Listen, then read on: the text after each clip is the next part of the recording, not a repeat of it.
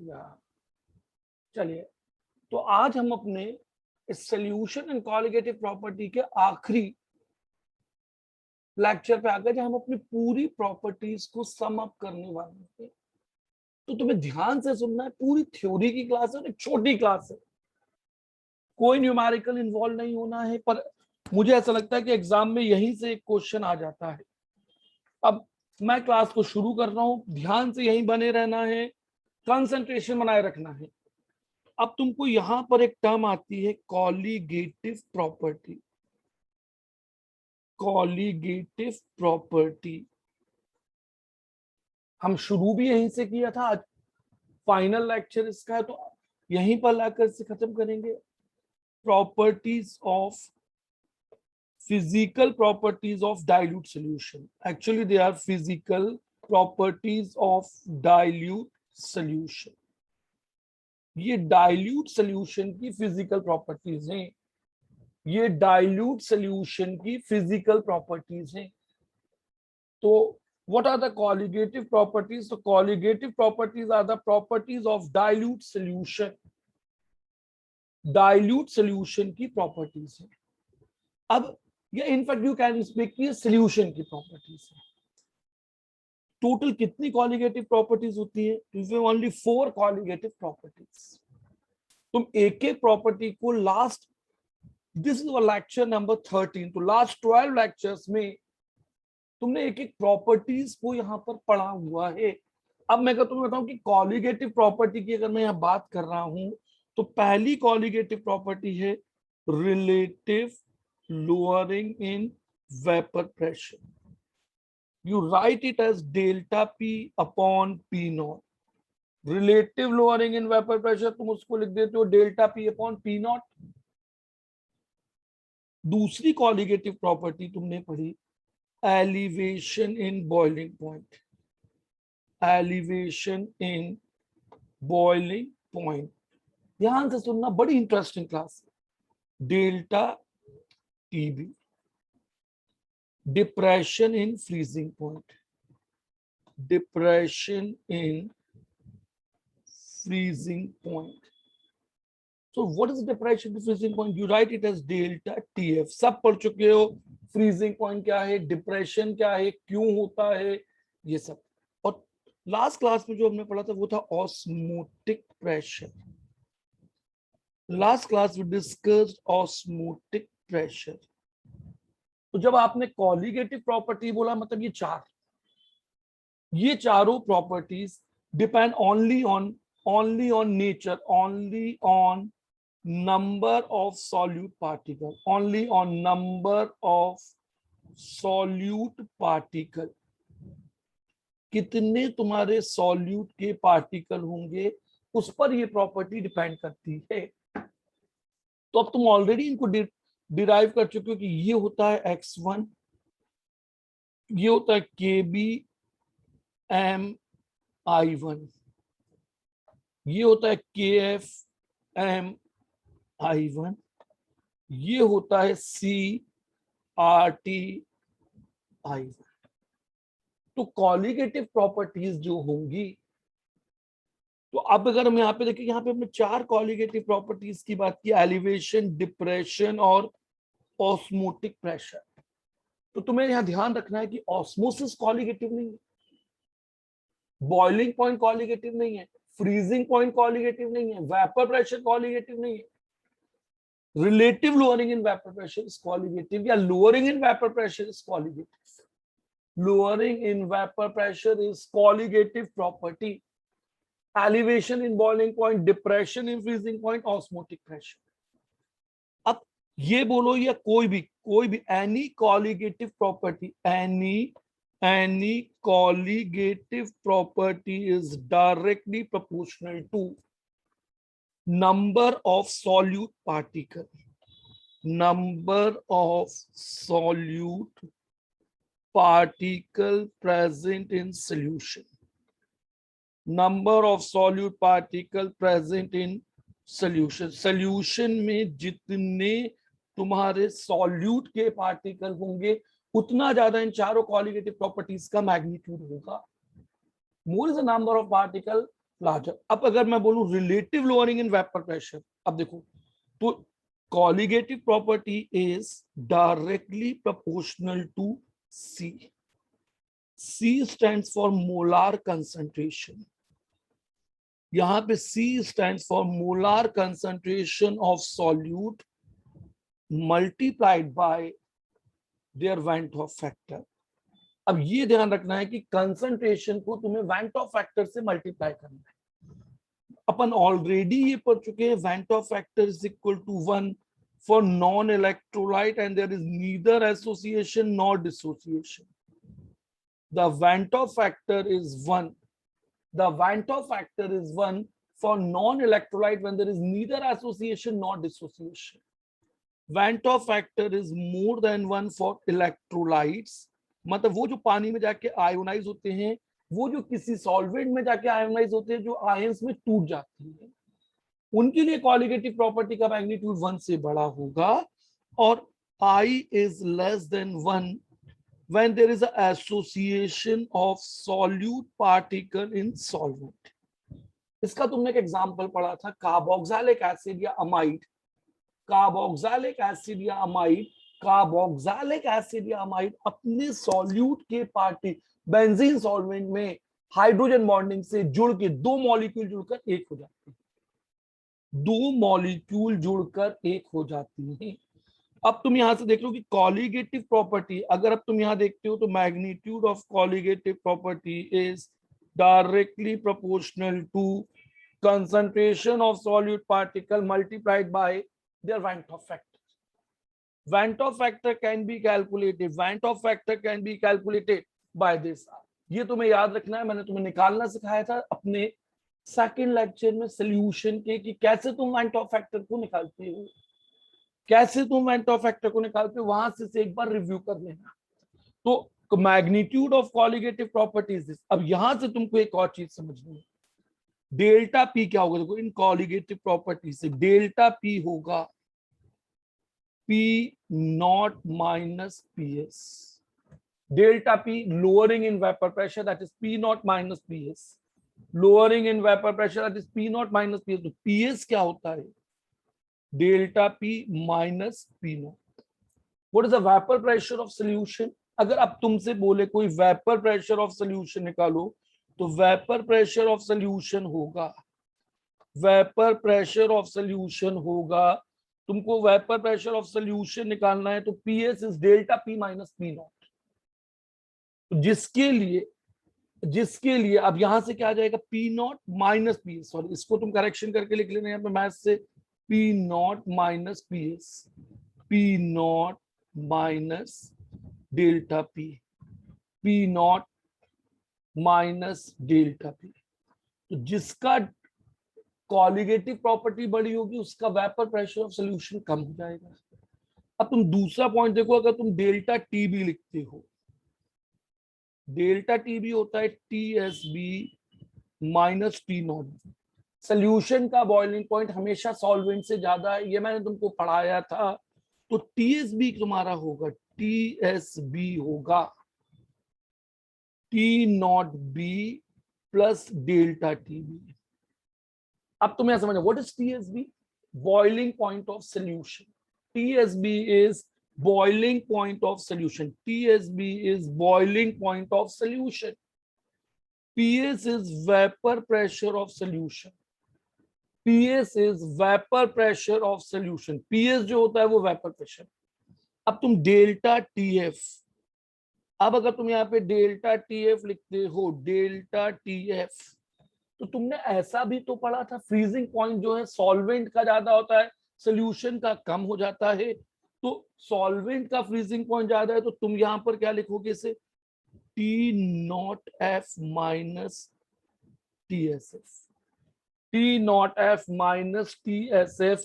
तो T S F आएगा freezing point of solution, T S F आएगा T naught F minus delta T F, minus delta T F. ये आपने solution के लिए लिख दिया। अब आप देखो 6 क्वेश्चन आपको बनने हैं, 6 क्या 4 5 8 क्वेश्चन बनने हैं।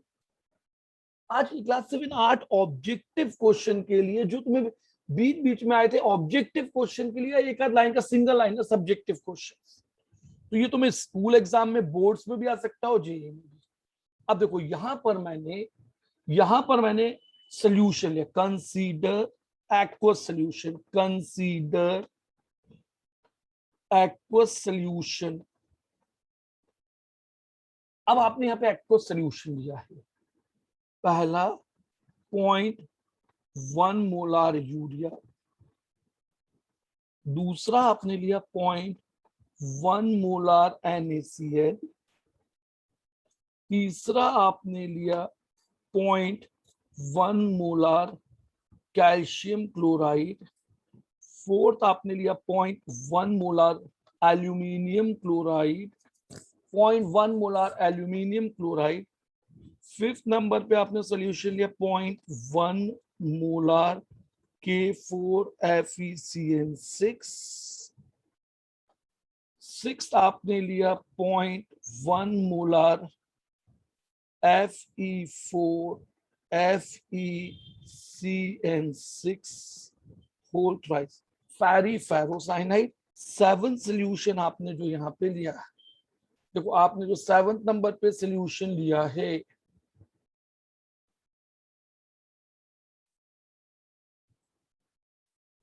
वो ले लिया आपने 0.1 molar glucose solution.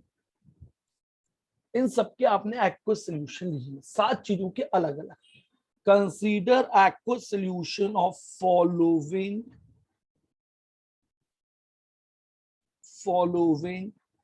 In different vessels, अलग अलग वेसल्स में, अलग अलग कंटेनर में, एक साथ नहीं है।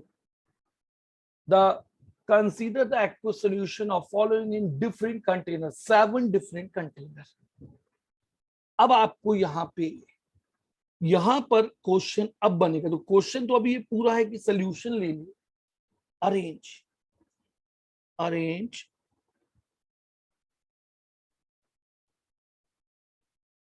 एक बार फिर से आते हैं क्लास के अंदर, अरेंज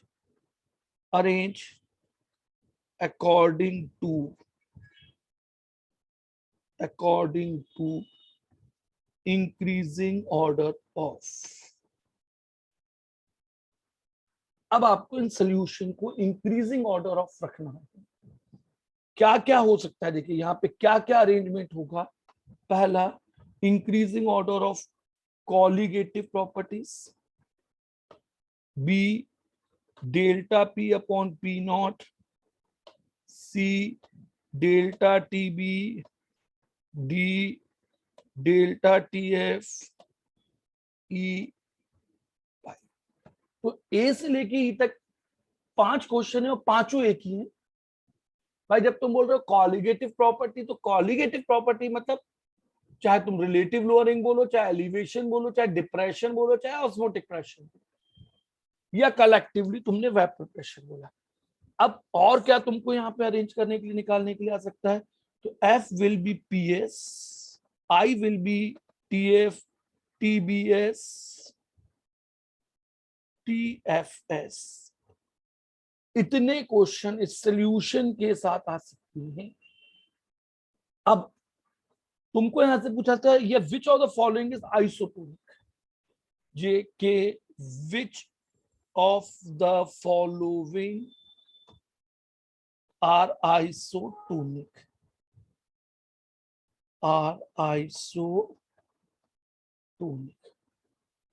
ऐसे क्वेश्चंस को सॉल्व करते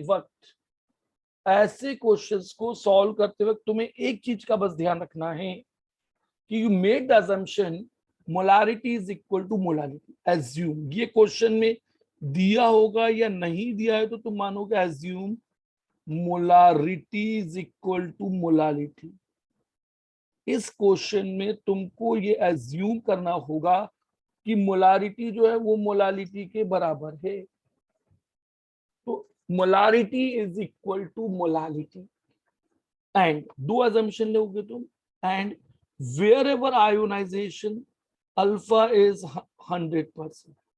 अगर कहीं पे भी आयोनाइजेशन है तो अल्फा जो है वो 100% है, अगर कहीं भी आयोनाइजेशन है तो 100% है। जहां पे नहीं है, देखो अब तुम इनके वेंट ऑफ फैक्टर निकालो, जब तुम सॉल्व करोगे तो your first step is calculate the van't Hoff factor. तुम यहीं पे लिख देना, देखो इसका वेंट ऑफ फैक्टर कितना, यूरिया 1, NaCl के लिए van't Hoff factor 1 plus alpha that will be 2, calcium chloride का van't Hoff factor 1 plus 2 alpha, और अल्फा को जब तुम 1 रखोगे तो वो आ जाएगा 3, वो आ जाएगा 3। Went Hoff factor for aluminium chloride 1 plus 3 alpha, वो आ जाएगा 4। ये दिया नहीं होगा, ये जो मैं ग्रीन कलर से वेंट ऑफ फैक्टर लिख रहा हूं ये दिया नहीं होगा, ये तुमको निकालना होगा। K4Fe6 1 plus 4 alpha, that will be equal to 5। अब Fe4Fe6 ये टोटल 7 आयन देता है, तो इसका वेंट ऑफ फैक्टर होगा, इसका वेंट ऑफ फैक्टर होगा, इसका वेंट ऑफ फैक्टर होगा। यहां पर तुम देखो went Hoff factor 1 plus 6 alpha, that will be equal to 7। अब arrange the following in increasing order of colligative property। तो तुम ये जानते हो colligative property is directly proportional to C1 into I1। What is C1? What is C1? What is C? C is the molarity of solution। अभी मैंने तुमको बताया कि C is molarity of solution। अब सारे केसेस में मैंने यहाँ कंसंट्रेशन सेम दी, तुमको क्वेश्चन में, तुम्हें जब एग्जाम में क्वेश्चन आएगा तो ये कंसंट्रेशन अलग अलग भी हो सकती है, कहीं 0.1, कहीं 0.01, कहीं 0.2, तो तुमको C और I का प्रोडक्ट निकाल, तो CI इज मैक्सिमम। अब देखो C into I is minimum for 1 and 7। 1 और 7 के लिए 1 में वेंट ऑफ ग्लूकोज का वेंट ऑफ फैक्टर कितना है, what is the glucose went Hoff factor, तो ग्लूकोज नॉन इलेक्ट्रोलाइट का वेंट ऑफ फैक्टर 1 है। तो 1 और 7 की सारी कॉलिगेटिव प्रॉपर्टीज बराबर है। अब देखो अगर कंसंट्रेशन सेम है जिसका वेंट ऑफ फैक्टर बड़ा है, अगर कंसंट्रेशन सेम है जिसका वेंट ऑफ फैक्टर बड़ा है, उसकी कॉलिगेटिव प्रॉपर्टीज बड़ी होंगी, तो then it will be less than 2, 2 is less than 3, 3 is less than 4, 4 is less than 5, 5 is less than 6। सबसे ज्यादा कॉलिगेटिव प्रॉपर्टी, तो इसके लिए भी यही सीक्वेंस आएगी। सबसे ज्यादा रिलेटिव लोअरिंग, सबसे ज्यादा लोअरिंग आएगी 6 में, रिलेटिव लोअरिंग 6 में, सबसे ज्यादा boiling elevation in boiling point, same sequence, सबसे ज्यादा depression in freezing point, same sequence, सबसे ज्यादा ऑस्मोटिक प्रेशर, सेम सीक्वेंस। तो ए से लेके ई तक के क्वेश्चंस में, ए से लेके ई तक के क्वेश्चन में सेम, जिसकी कंसंट्रेशन ज्यादा, जिसकी concentration into went Hoff factor ज्यादा, उसके नंबर ऑफ पार्टिकल ज्यादा, जिसके नंबर ऑफ पार्टिकल ज्यादा, उसकी कॉलिगेटिव प्रॉपर्टीज। अब तुम यहाँ पे पीएस देखो, इसके लिए मैं यहाँ पे डेरिवेशन फिर से लिख दे रहा हूं, तो तुम्हारा डेल्टा पी होता है P not minus PS, therefore PS is P not minus delta P. अब जिसका डेल्टा पी ज्यादा होगा, अब बताओ सबसे ज्यादा वेपर प्रेशर किसका होगा। अब मुझे यहाँ देखो सबसे ज्यादा जो डेल्टा पी सबसे बड़ा किसके लिए होगा, 6 के लिए। तो अब पीए सबसे ज्यादा किसके लिए हो जाएगा, तो इसका बिल्कुल उल्टा कर दो। ये जो तुमने यहाँ पे ऊपर आंसर निकाला है, इसका तुम बिल्कुल उल्टा सीक्वेंस ले लोगे, तो सबसे कम होगा 6, 6 less than 6, less than 5, less than 4, less than 3, less than 2, less than 1 equal to 7। किस सोल्यूशन का वेपर प्रेशर सबसे ज्यादा होगा, जिसकी लोअरिंग सबसे कम होगी। अब अगर तुमको टीबीएस निकालना है तो तुम क्या करोगे, जो तुमने थोड़ी देर पहले लिखा था टीबी, तो delta TB is TBS minus T nought B, therefore TBS is T nought B plus delta TB. अब जिसका एलिवेशन ज्यादा होगा उस सोल्यूशन का बॉइलिंग पॉइंट भी ज्यादा होगा, जिसका एलिवेशन ज्यादा होगा उसका बॉइलिंग पॉइंट भी ज्यादा होगा। तो फिर यहाँ पे सीक्वेंस ये वाली आ गई, 1 is equal to 7, less than 2, less than 3, less than 4, less than 5, less than 6। अब फ्रीजिंग पॉइंट ऑफ सोल्यूशन पूछ रहा है, वो तुमसे पूछ रहा है फ्रीजिंग पॉइंट ऑफ सोल्यूशन। तो delta T F is T naught F minus T F S. तो टी एफ एस की वैल्यू हो गई T naught F minus delta T F. तो जिसकी लोअरिंग कम होगी उसका फ्रीजिंग पॉइंट अब ज्यादा होगा। तो again it will follow the sequence 6 less than 5 less than 4 less than 3 less than 2 less than 1 equal to 7। अब यहां पर मैंने पूछा इनमें से क्या कोई पेयर आइसोटोनिक है? For isotonic osmotic pressure of 1 should be equal to 2. This implies C1 I1 should be equal to C2 I2। तो किस केस में C1 I1 is equal to C2 I2 है? 1 और 7। 1 is isotonic with 7। किन दो solution के बीच में osmosis नहीं होगा? किन दो सॉल्यूशन ऐसा है? तो 1 is isotonic with 7।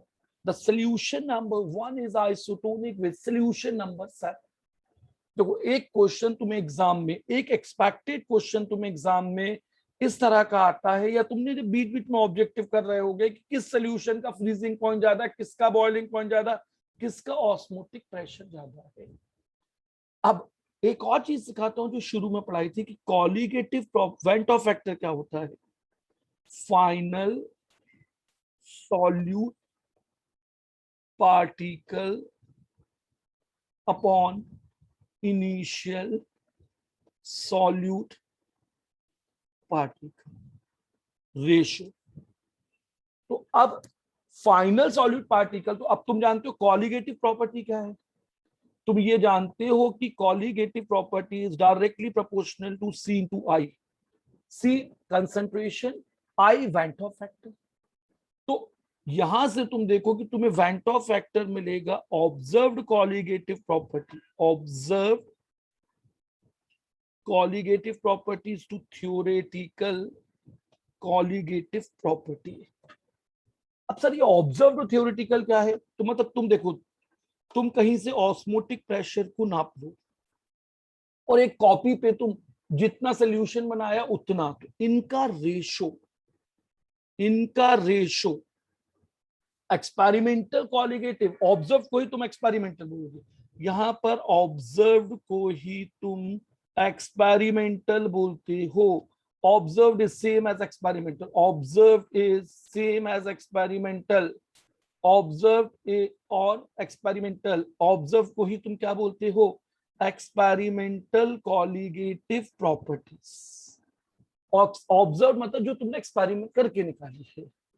या तुम यहां पे लिख सकते हो delta TB observe upon delta TB theoretical. Theoretical वो है जो तुमने पेपर पे लिख के निकाली है, और ऑब्जर्व वो है जो तुमने एक्सपेरिमेंट से मेजर करके निकाली है। या तुम इसको ऐसा भी लिख सकते हो, यहां पे delta T F observe upon delta T F theoretical.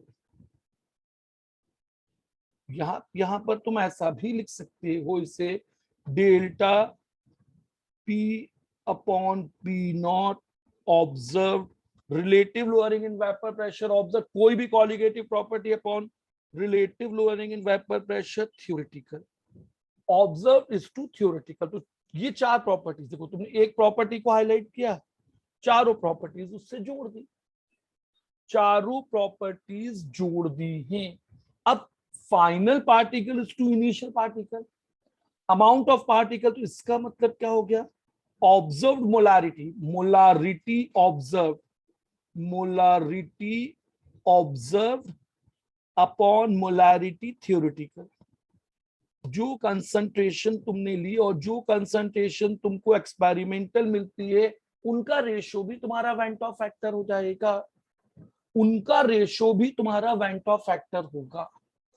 अब अगर देखो colligative properties are inversely proportional to molecular weight अगर वेंट ऑफ फैक्टर सेम होता है। अगर वेंट ऑफ फैक्टर सेम होता है, m of solute molecular weight of solute। अब तुम यहां वाले फॉर्मूले से वेंट ऑफ फैक्टर को लिख सकते हो। Therefore, you write Van't Hoff factor I is equal to m theoretical upon m observed। तो m theoretical होता है molecular weight from formula, molecular weight from given formula। जो फॉर्मूला तुमने दिया है, जो फॉर्मूला तुमने दिया है, और एम ऑब्जर्व होगा experimental molecular weight. M observed is observed molecular weight, M observed is observed molecular weight. अब अगर एक्सपेरिमेंटल और थियोरेटिकल मॉलिक्यूलर वेट सेम आता है तो तुम उससे बोलोगे नॉर्मल मॉलिक्यूलर वेट, पर एक्सपेरिमेंटल और ऑब्जर्व अलग अलग आ जाए। ये जो ऑब्जर्व मॉलिक्यूलर वेट है ये कम भी हो सकता है, ज्यादा भी हो सकता है, डिपेंड करेगा वेंट ऑफ फैक्टर पे, डिपेंड करेगा वेंट ऑफ फैक्टर। देखो अब तुमको ये मालूम है I is equal to 1 non electrolyte, I is equal to 1 it means it is non electrolyte. I is more than 1 इसका मतलब वो इलेक्ट्रोलाइट है, उसका एक्वस सॉल्यूशन में करंट फ्लो होगा। I is less than 1 association. अब अगर यहां देखो तुम्हें ये I की वैल्यू अगर 1 है तो ऑब्जर्व टू थ्योरेटिकल सेम आ गया, पर अगर I ग्रेटर देन 1 है तो ऑब्जर्व मॉलिक्यूलर वेट थ्योरेटिकल से कम होगा। अगर I 1 से छोटा है तो observe molecular weight theoretical weight से ज्यादा होगा। अब अगर देखो मैं तुमको यहां पे बोलूं एसिटिक एसिड, ध्यान से देखो, acetic acid in benzene dimerises, acetic acid in benzene dimerises, acetic acid in water ionises. अब देखो दो चीजें तुमको ध्यान रखना है, acetic acid in water, acetic acid in water is behaving like acid ionises, तो वेंट ऑफ फैक्टर 1 से बड़ा, यहां पर वेंट ऑफ फैक्टर 1 से छोटा। अब देखो क्या होता है जब तुम एसिटिक एसिड को, क्या होता है जब तुम एसिटिक एसिड को बेंजीन सॉल्वेंट में ले लेते हो, ये बन गया CH3COOH होल ट्वाइस 1/2। और जब तुम इसे वाटर में लेते हो तो ये इलेक्ट्रोलाइट की तरह काम करता है, ये आयोनाइज होता है एसीटेट आयन और H+ में, तब ये आयोनाइज होता है एसीटेट आयन और H+ में। T इज इक्वल टू 0 पे ये होगा 1, इसके अगर अल्फा कम हुआ तो इसके कितने बनेंगे α/2 T एट एंड, जब आपने कैलकुलेट किया 1 माइनस अल्फा और इसके बन गए α/2। अब अगर एसोसिएट आयोनाइजेशन है तो ये 1 था, ये नहीं, अल्फा अल्फा और alpha, T at the end 1 minus alpha, alpha और अल्फा। अब इस केस में वेंट ऑफ फैक्टर देखो, इस केस में van't Hoff factor I is equal to 1 minus alpha plus α/2 1, I आ गया 1 minus α/2। When there is an association, van't Hoff factor is less than 1। इस केस में तुम्हारा van't Hoff factor I is equal to 1 minus alpha plus alpha upon 1, 1 plus alpha. कितना है तुम्हारा van't Hoff factor alpha. Assume, अब देखो दोनों जगह पे तुमको एक एजम्पशन लेनी है कि अल्फा 1 है, ऊपर वाले में डिग्री ऑफ आयोनाइज एसोसिएशन है, नीचे वाले में आयोनाइजेशन। एज्यूम अल्फा 1, एज्यूम जब आयोनाइजेशन हो रहा है तो अल्फा 1 या अल्फा 50%, कुछ भी दे देगा एग्जाम में। तो जब तुम यहाँ पे अल्फा 1 रखोगे 1 माइनस 1/2, दैट इज 1/2। इस केस में van't Hoff factor 1/2। Acetic acid कभी भी पूरी तरह से आयोनाइज नहीं, तुमने एज्यूम किया तो तुम्हारा वेंट ऑफ फैक्टर आ गया 1 + 1 = 2। तो देखो, जब 1 से छोटा है तो एसोसिएशन, 1 से बड़ा है तो आयोनाइजेशन 1 है, तो ना एसोसिएशन ना डिसोसिएशन।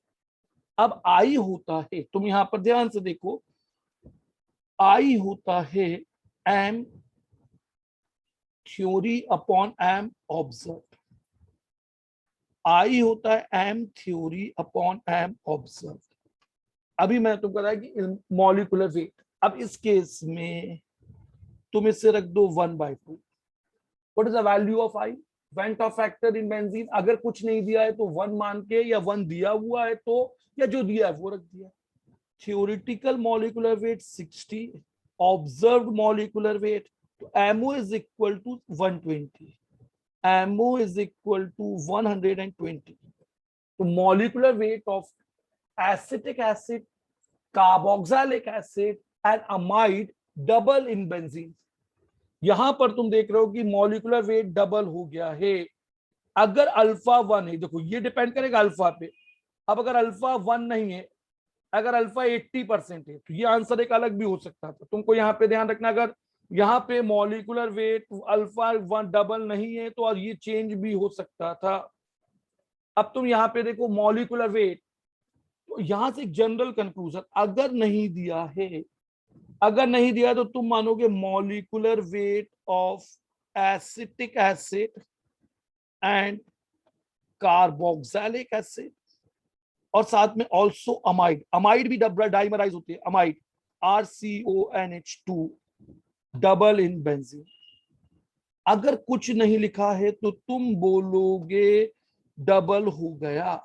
हाँ, अगर ये वेंट ऑफ फैक्टर बदल जाए, 1 से बदल जाए, अगर ये वेंट ऑफ फैक्टर 1 से बदल के मैक्सिमम वैल्यू 1 हो सकती है, आइडियली 1 है, पर कभी नहीं है 1, 0.8, 0.6, तो मॉलिक्यूलर वेट 60 से ज्यादा और 120 से कम होगा। अब यहां पर देखो, जब तुम यहां पर आए तो तुम्हारा वेंट ऑफ फैक्टर है 2, थ्योरेटिकल मॉलिक्यूलर वेट 60, MO, तो MO इज इक्वल टू 30। अब अगर कोई चीज आयोनाइज हो रही है, तो अब तुम यहां देखो molecular weight of acetic acid in water, acetic acid in water decreases. अगर पानी में डिसॉल्व करके नापोगे, decreases due to ionisation, due to ionisation. यहां पे ड्यू टू डाइमराइजेशन, 2 का 1 हुआ, 2 का 1 हुआ, इसलिए तुम इसे क्या बोलोगे? डाइमराइजेशन। 2 का 1 हुआ इसलिए तुम इसे बोलोगे डाइमराइजेशन। तो अब जब भी आयोनाइजेशन होगा, तुम्हारा ऑब्जर्व मॉलिक्यूलर वेट उसके ओरिजिनल वेट से कम होगा। जब भी एसोसिएशन होगा, ऑब्जर्व मॉलिक्यूलर वेट उसके ओरिजिनल या थ्योरेटिकल वेट से, थ्योरेटिकल वेट क्या है? जो तुम फॉर्मूले से निकालते हो। अगर तुम्हें एसिटिक एसिड का वेट फॉर्मूले से निकालोगे तो वो 60 आएगा। अगर तुम एसिटिक एसिड का मॉलिक्यूलर वेट फॉर्मूले से निकालोगे तो वो 60 आएगा, और वो 60 तुम यहाँ पे देख रहे हो, वो 60 तुम यहाँ पे देख रहे हो। तो molecular weight of acetic acid in water degree. तो जब भी आयोनाइजेशन होगा, ऑब्जर्व मॉलिक्यूलर वेट ओरिजिनल से कम हो जाएगा। ओरिजिनल मतलब जो फॉर्मूले का वेट है, जो उसका एक्चुअल वेट है। पर जब तुमने आयोनाइज किया तो वहां पे मिक्सचर का मॉलिक्यूलर वेट है। ये जो तुमने वेट निकाला, actually it is a weight of mixture, it is a weight of mixture, it is a weight of mixture. कौन से मिक्सचर का वेट है? जिसमें एसीटेट आयन, फॉर्मेट आयन, इनका तुमने मॉलिक्यूलर वेट निकाल दिया है। तो तुम्हें अपने एग्जाम में ध्यान रखना है कॉलिगेटिव प्रॉपर्टी में, कि इतने क्वेश्चन तुमको थ्योरेटिकल आ सकते हैं एग्जाम। तो हम पूरी कॉलिगेटिव प्रॉपर्टी बहुत ध्यान से पढ़ते हैं, पर इस एक पोर्शन पे आके हम थोड़ा सा गलती कर देते हैं। अब तुमने देखो ये सारे फॉर्मूले, रिलेटिव लोअरिंग का तुमने फॉर्मूला बनाया है, स्पिक का है, पूरी 2 क्लासेस या 3-4 क्लासेस तुमने सिर्फ वेपर प्रेशर या relative lowering vapour pressure in पे ही लगा दी थी। फिर एलिवेशन, डिप्रेशन। अब इनमें आपको सोल्यूशन के लिए थ्योरेटिकल क्वेश्चन है, कोई भी 3-4-5 सोल्यूशन दे देगा, कंसंट्रेशन अलग अलग दे देगा, तो आपको कॉलिगेटिव प्रॉपर्टी या vapour pressure, what is PS? Vapour pressure of solution. PS is vapour pressure of solution, boiling point of solution, freezing point of solution, freezing point of solution. Osmotic pressure में सिर्फ वही है और कुछ नहीं निकालने को ऐसा आएगा। तो इतने क्वेश्चंस तुमको एग्जाम में इस एक जगह से यहां से बन सकते हैं। तो ये हो गया सॉल्यूशन एंड कॉलिगेटिव चैप्टर का समापन समारोह। यहां जाकर तुम्हारा सॉल्यूशन और कॉलिगेटिव प्रॉपर्टीज का हो गया है समापन समारोह। तो अब नेक्स्ट वीक में तुम्हारा इस पर तुम इस पर एक टेस्ट देने वाले हो। यहां पर तुम्हारा एक ऑब्जेक्टिव टेस्ट होगा and that test will be of 50 questions. 25 question होंगे तुम्हारे एनसीईआरटी बुक के ऊपर बेस्ड, 15 क्वेश्चन इसके अंदर होंगे तुम्हारे जेई मेंस या नीट के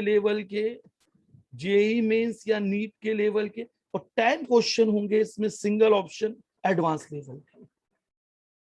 टेस्ट की डेट फिक्स नहीं है, नेक्स्ट वीक में कभी भी हो सकता है, तुम पढ़ के इसको रखना है। अब next week I am going to start with chemical kinetics, one of my favourite chapter chemical kinetics, जो कि केमिस्ट्री के 2 चैप्टर को अपने साथ कवर करेगा, जेई एडवांस के न्यूक्लियर केमिस्ट्री को और फिजिक्स के लिए भी आएगा। तो आज इतना ही पढ़ना है, कोई होमवर्क नहीं है। जो शीट क्लास में दी थी या पहले दी थी, बस अब तुम्हें उन्हें ही सॉल्व कर लेना है। टेस्ट की तैयारी करो। आज ये छोटी क्लास है, इसको यहीं पे खत्म कर रहा हूं। रक्षाबंधन की बहुत बहुत ढेर सारी शुभकामनाएं। अच्छी तरह से अपने फेस्टिवल को सेलिब्रेट करो, खूब पढ़ाई करो। बाकी जेई मेंस तो हम निकलवा देंगे। समझ में आया तुमको ये? Yes sir. Yes sir. अब अभी हम क्वांटम क्लासेस एक नया चैनल भी लेके आ रहा है, जिसमें हम पूरा मॉडर्न स्टूडियो और उससे पढ़ाएंगे 100% टाइप। तो एक बार जाके यूट्यूब पे इस चैनल को सब्सक्राइब करो, और यहाँ पे जो नई नई इंफॉर्मेशन और वीडियोस आ रहे हैं वो इस क्लास के अलावा, ये क्लास तुम्हारी अलग चलती रहेगी, क्वांटम डिजिटल। देखो ये जो क्लास है ये क्वांटम डिजिटल है, तो इसकी क्लासेस अपनी चलती रहेंगी। एक और नया चैनल हम लेके आ रहे हैं जहां पे बिल्कुल मॉडर्न तरीके से तुम्हें JEE Mains, JEE advance, boards, NEET सब के लिए पढ़ाने वाले हैं। तो क्लास को यहीं पे एंड कर रहा हूं। इसकी रिकॉर्डिंग एज इट इज बिना कोई एडिटिंग करे यूट्यूब पे शेयर कर दूंगा। लेक्चर जो है वो तुम्हारी ऐप पर अभी मिल जाएगा। Good night. Thank you sir. Thank you sir. Thank you sir